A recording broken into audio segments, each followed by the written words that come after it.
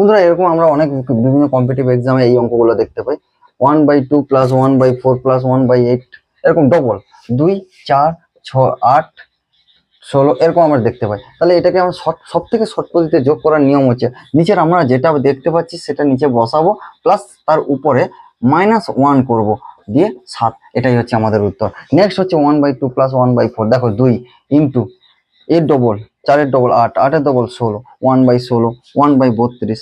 তাহলে আমরা লিখতে পারি 64।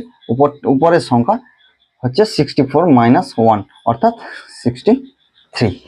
আমরা এইভাবে 1/2 প্লাস 1/4 করে 1/256 256, তাহলে হবে 255।